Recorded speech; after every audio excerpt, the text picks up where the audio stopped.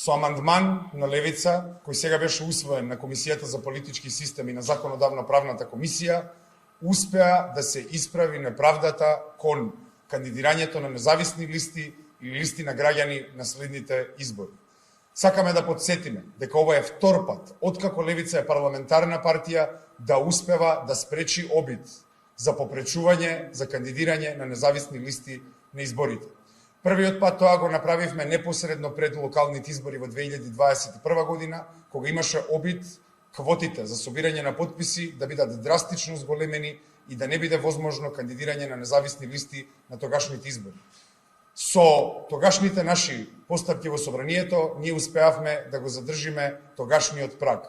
Сега, во овој случај, во многу подолга голгота, која остави многу здруженија на граѓани, невладини организации, граѓанскиот сектор воопшто, во исчекување за постапките на собранието во однос на законската материја која им дозволува да се кандидираат, кога имаше многу трикови од владачката партија и од партиите за опозицијата кои шуруваа за зголемување на овој праг, Левица во 93-та минута успеа да го спаси кандидирањето на независните листи на овие избори. Пред да преминеме на конкретните бројки кои ги предвидува овој амандман, ние мораме да посочиме дека по оваа втора победа за демократијата во Република Македонија, која Левица успеа да ја избори во собранието, се покажува дека Левица тежне и ќе биде обединувачка сила на сите политички чинители во оваа држава кои имаат за цел да им попречат на политичко-економско бизнис шемите на големите партии кои владеат со нашите општини и со нашата држава.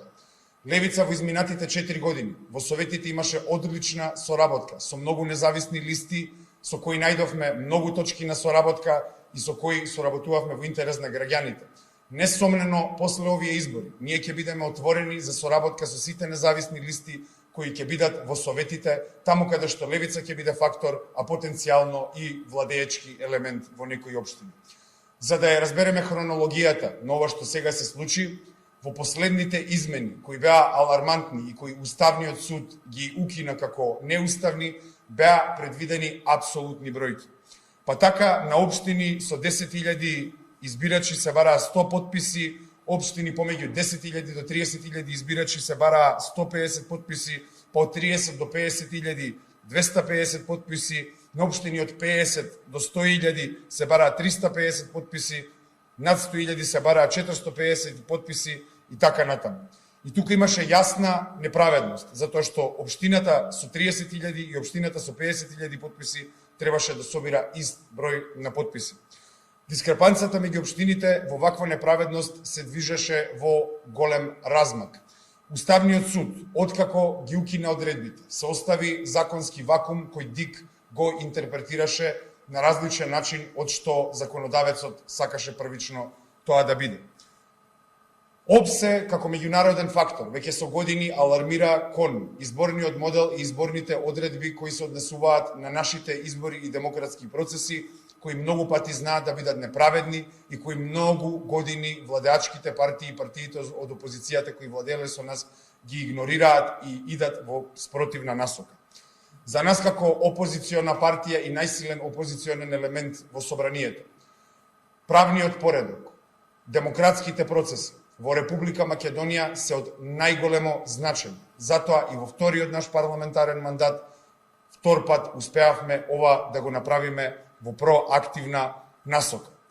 Уставното начало за пасивно избирачко право на граѓаните не може да биде отуѓено преку желбата и волјата на големите политички партии кои владеат или владееле со нас. Сега во ова најново сценарио, законодавецот предвиди во изборниот законник да се предвидат 0,95% од избирачите за да се кандидираат независните листи или листите на избирачи.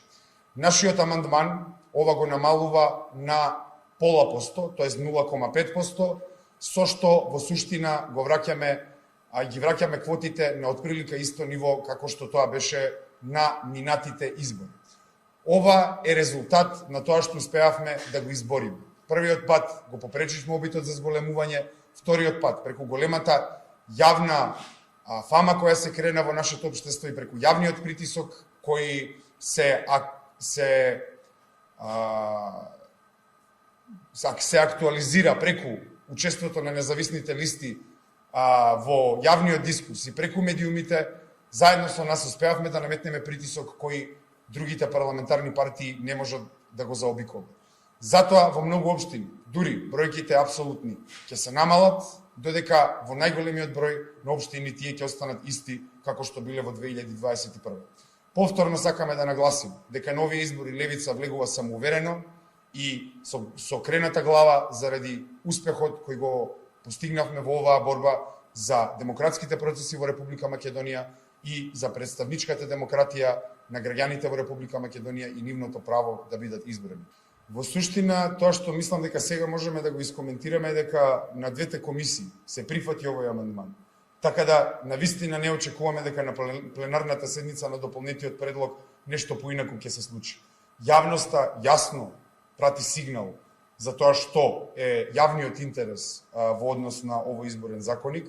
Независните листи не смеат да бидат тргнати надвор од политичкиот систем и да не им биде дозволено практично учество на изборите преку подигање на праг и отежнување на нивното учество на изборите, така да мислам дека ова е нешто што ќе го разговараме во крајна ситуација која не би требало да се случи. Затоа што повторно ќе нагласам, на Комисијата за политички систем нашиот амандман беше прифатен, на законодавно-правната комисија овој амандман беше прифатен од сите политички чинители во собранието. Тогаш сметам дека и за многу брзо, за некои 5 минути од овој прес, ќе имаме пленарна седница со дополнет предлог на кој ќе биде прифатен овој амандман и ќе бидат валидни овие одредби кои нашиот амандман ги коригираше.